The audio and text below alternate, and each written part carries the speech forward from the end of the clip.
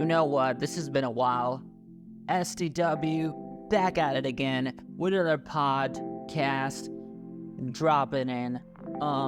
We got some stuff to talk about, and I've not done a podcast in a while. I think it's been some time, really. So let's talk about what's going on, because I'm not one of those people who feel like doing reviews and stuff. I'm not those kind of people, so I don't really choose to do that. I just get it on and go with it. Like, talk about everything about pro wrestling, what's going on, and okay, so let's get into some stuff. Recently, the recent news you guys have been knowing is that Becky Lynch and Seth Rollins' contracts are expiring, right? Okay, interesting. I know that for a while. Okay. It was actually that Becky's contract was going to expire in July 2024. And Seth's contract is going to expire at WrestleMania 40. Probably, I don't know, they extended it or something. I really don't know what happened, but they've kind of extended his contract because, if you go check his contract, it says, WrestleMania 40. Anyway, so the thing is, and I don't know if they're going to re-sign or not. That's up to them. I thought Edge is not going to be going to AEW, and I couldn't even fathom that at that time. When the rumors came up, and then the reports were coming out that Edge might be heading, and he's looking, he's thinking or something, and then more rumors and more reports came on, and you're like, all right, something's about to go down. And lo and behold, there we go. He walked out with Metalingus, not as Edge as Adam Copeland, but interesting. Really interesting, some things that Adam Copeland has done for us in AEW. Well, that's another stuff. So I feel like I can see Seth Rollins going over to AEW. I cannot say that I can see that. I think if I would think for what he has done in the WWE, except he has not main evented a WrestleMania, which if he can do it this year, I think he has done everything he has to do in the WWE. He has literally put it all, and I think somebody as a star of Seth Rollins could be even bigger than Adam Copeland. That's crazy. I'm saying that, and the crazy thing is, it's crazy to even think about that, but it can happen. Again, Seth has a child, probably, wants to have, and he has had a lot of injuries and stuff, and wants to, wants to go lower down, doesn't want to do too many wrestling house shows and stuff, because, doing it every single time, wants to be more of a, wrestle on one brand or something. You can do that. But my problem, if this signed Rebecca Quinn and Seth Rollins to AEW, well, okay, I can expect him to debut at All In or something. I can think of that. I think he's going to debut at All In, probably, if it happens. If Seth Rollins, has an opportunity to head over to AEW, and that's Tyler Black, obviously. You guys probably want to listen to his team a lot, so you can, get into it. So if he's going to appear, what his team sounds like, because his team is really, rugged and metal. There's, that is Ring of Honor team Tyler Black, so, I think that's a pretty good switch it over in. I you know what? I wouldn't mind to see it because, again, And again, here to talk about something else too. Seth Rollins has, I think, main evented a Mania, right? A Mania, kind of. But he's never walked in as a champion to WrestleMania and has never, walked in and has never main evented a WrestleMania with holding a championship. He has done everything, literally, has done everything he has to do in the wrestling business. Everything he has to do in the WWE, he has done everything he had to do. I think he did everything he had to do with Ring of Honor, first of all. So I think it will be a fun thing for him to head over to AEW. I think it'll be good for, wrestling fans. It's like a little crossover. And could be seeing Bryan Danielson come back to WWE. Time's running out. His contract's coming up or something. So I think, that's going to be crazy. But could see Bryan Danielson coming back to WWE. And could see Seth Rollins, Tyler Black heading over to AEW. And then could see, now this is the crazy one, could see Roman heading over to AEW too, because I think when he loses the championship, if he wants to stay in the wrestling business, after the Rock match, probably I think it's the best option to do their Shield reunion, because, if they want to do the Shield reunion, whatever the fuck I'm saying, if they want to reunite the Shield, they got the opportunity right there to book it, simply. If Roman's contract expires, if he wants to, reunite the Shield before he venture off into Hollywood, I think I'll be fine by it. I think it'll be a cool moment. So, I can expect that to happen. Mox, Seth, Mox and Tyler going at it, going in a match. Imagine the match between these two. They've always had a great chemistry, and let's see how Tyler Black and Jon Moxley can have compared to Seth Rollins and Dean Ambrose. Probably much better matches. I don't know. So, this is an interesting thing to talk about. Though I feel like Seth Rollins' cadence of his, I want to completely dye his hair black. So it looks different, Tyler Black. But, let's see if he will dye it black or not. Will he be Tyler Black with the black hair, Who knows?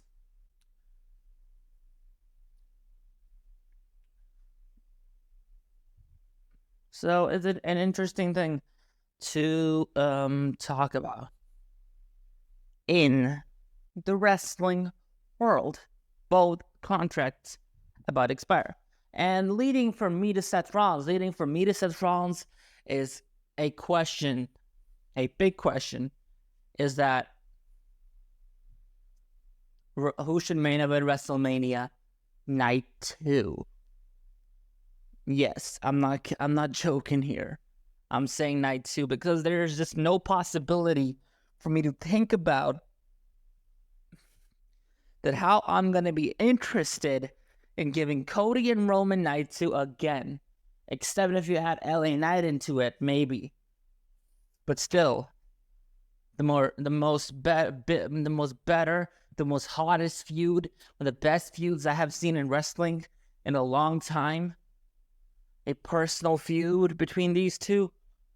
Oh, this is going to be great.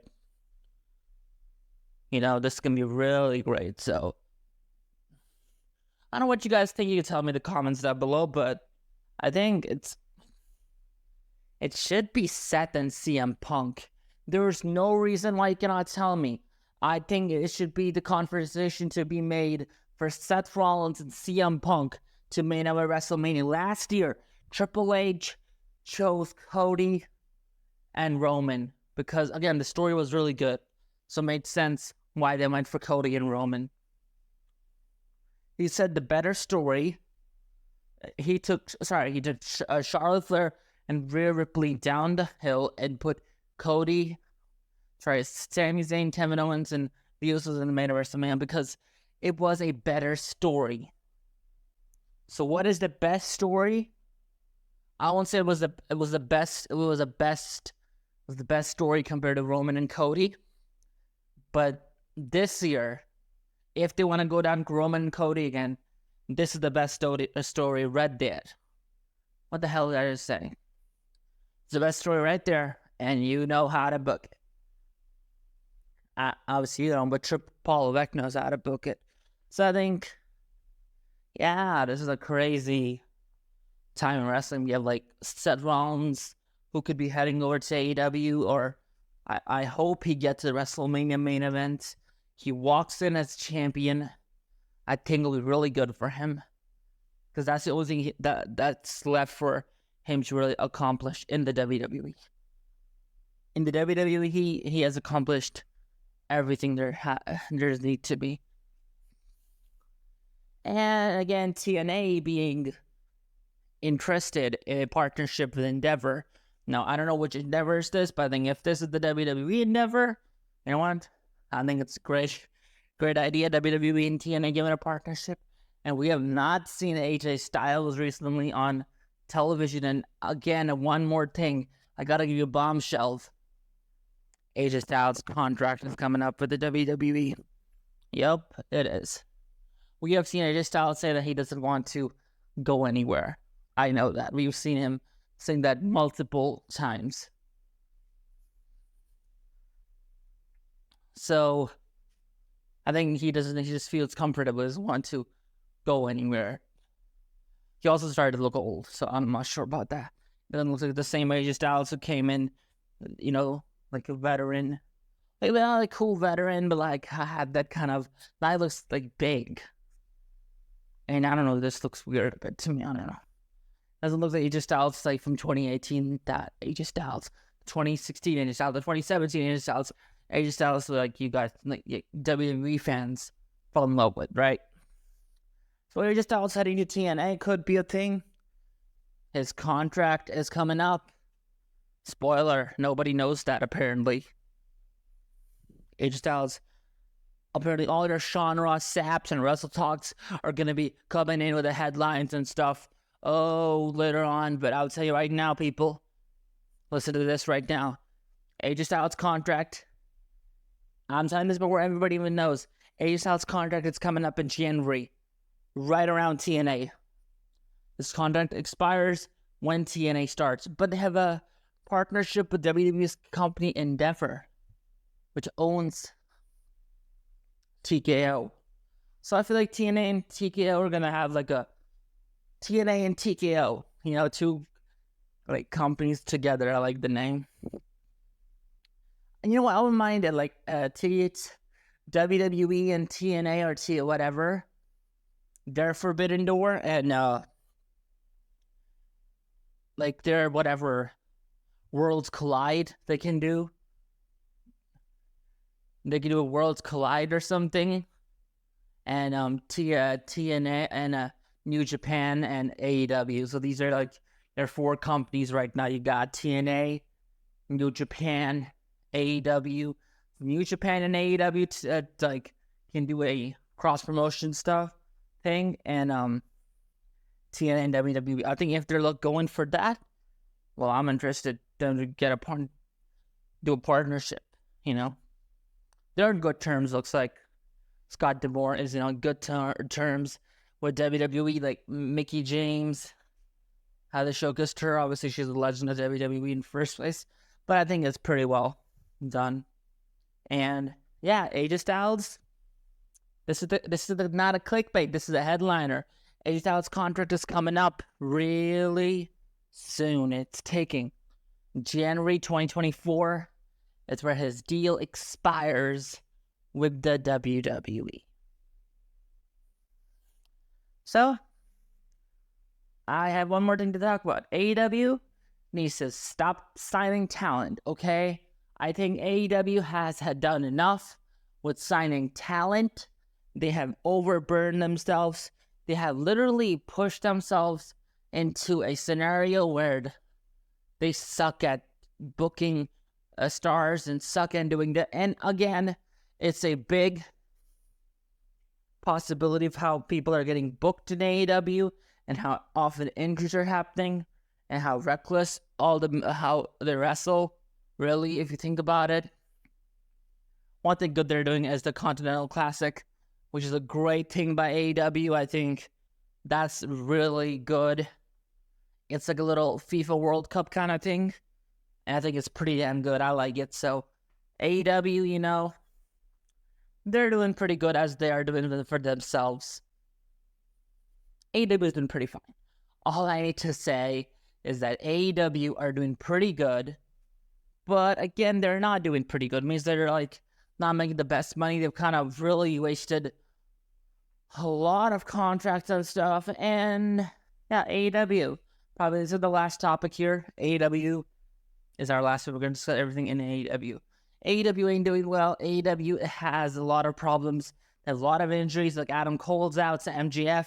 And that's kind of a mess up. And I'm kind of like intrigued about it, but not really.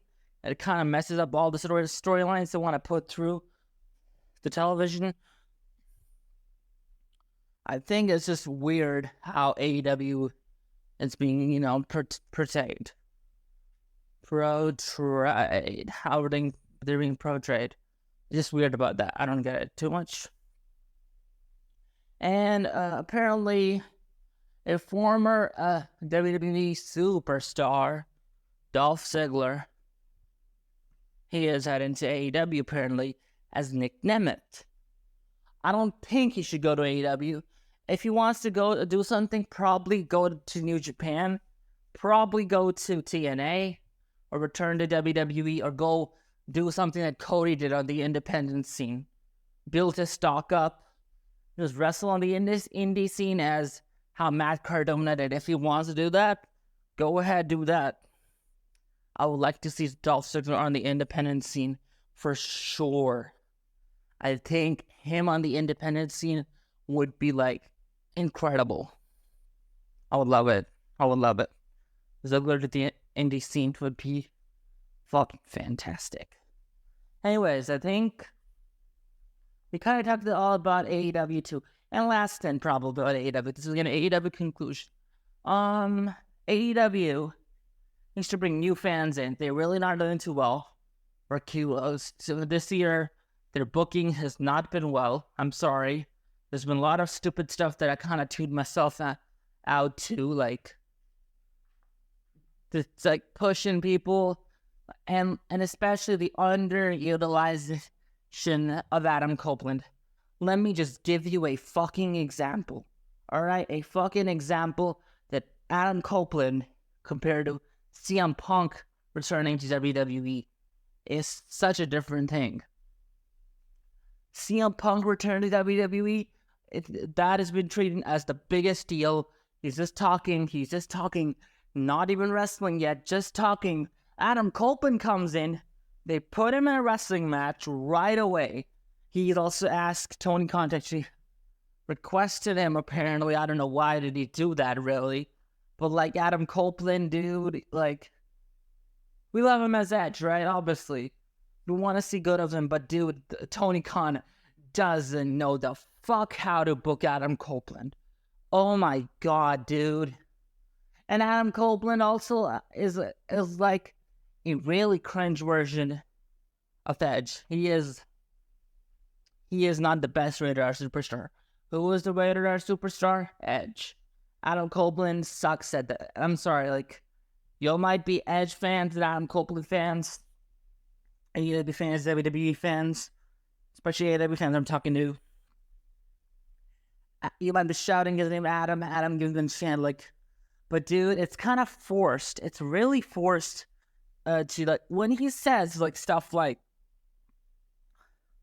you stupid slack face dumbass, or whatever he says, and, like, it's just, I don't buy into it. It doesn't feel like the Edge that I saw in, like, when I was really young, and I ain't telling you how old I was. So, The Edge I have seen forever, I don't know. The rated R superstar. It's not the killer Edge that they would. Yeah, he did that really late actually, but before that, he turned into a killer. But then they're using stuff like "go fuck yourself." Like, dude, I am not buying into that because it is really forced. Saying "go fuck yourself" is like so hokey, man. That's like straight up dog shit. I'm not interested. I don't feel that you should be saying that. Like, they're using this word. It doesn't feel edge. It doesn't feel the edge people like few people saw in WWE. It's not that same edge. It's just something of a little piece of I don't know what Adam Copeland we're dealing with right now. So yeah, I'm really mad about how his booking is. He should be treated as a star. He should have been just cutting promos and telling people just jumping right into the feud with Christian Cage was a stupid fucking idea. And looking back at his AEW Wrestle Dream debut, I loved it for a second, but then now I look back, I was like, they should have done it in a different way, and they should have not attracted Christian Cage and Adam Copeland together. Should have kept them on separate brands. You don't see Adam Copeland, Christian Cage together. You make them stay separately. And I have not seen the best match of Full Gear between Adam Copeland and Christian Cage and the Prodigy or whatever, the Patriot, whatever their faction is. I've not seen the best thing. So yeah, that was on the best trios match I saw. And that match was pretty okay. And Edge is supposed to be an attraction. Let him wrestle. He doesn't feel that special to me when he is just not being shown as an attraction. WWE had it right with him. When Edge faced Seth Rollins in some bitter feud, I tell you, dude, that feud was spicy. That feud was good. He was ruthless when he was facing Roman. Road to WrestleMania build-up between Edge and Bryan Danielson. Dude, instead of, I think they should go on with Daniel Bryan. Him going in right after Daniel Bryan would have been more fun than Christian should have been the last step. They went it in a bad direction. Christian should have been the last person to face, and then have the tag team run, and the Edge retires or whatever, or they head to WWE together. I don't know what they can do with that. Or Hardy or Christian, both of them come back as a tag team to WWE. They could have done something with that, but no. Well, they really fucked it up. Oh, they really fucked it up. I'm sorry. They really did not know what to do.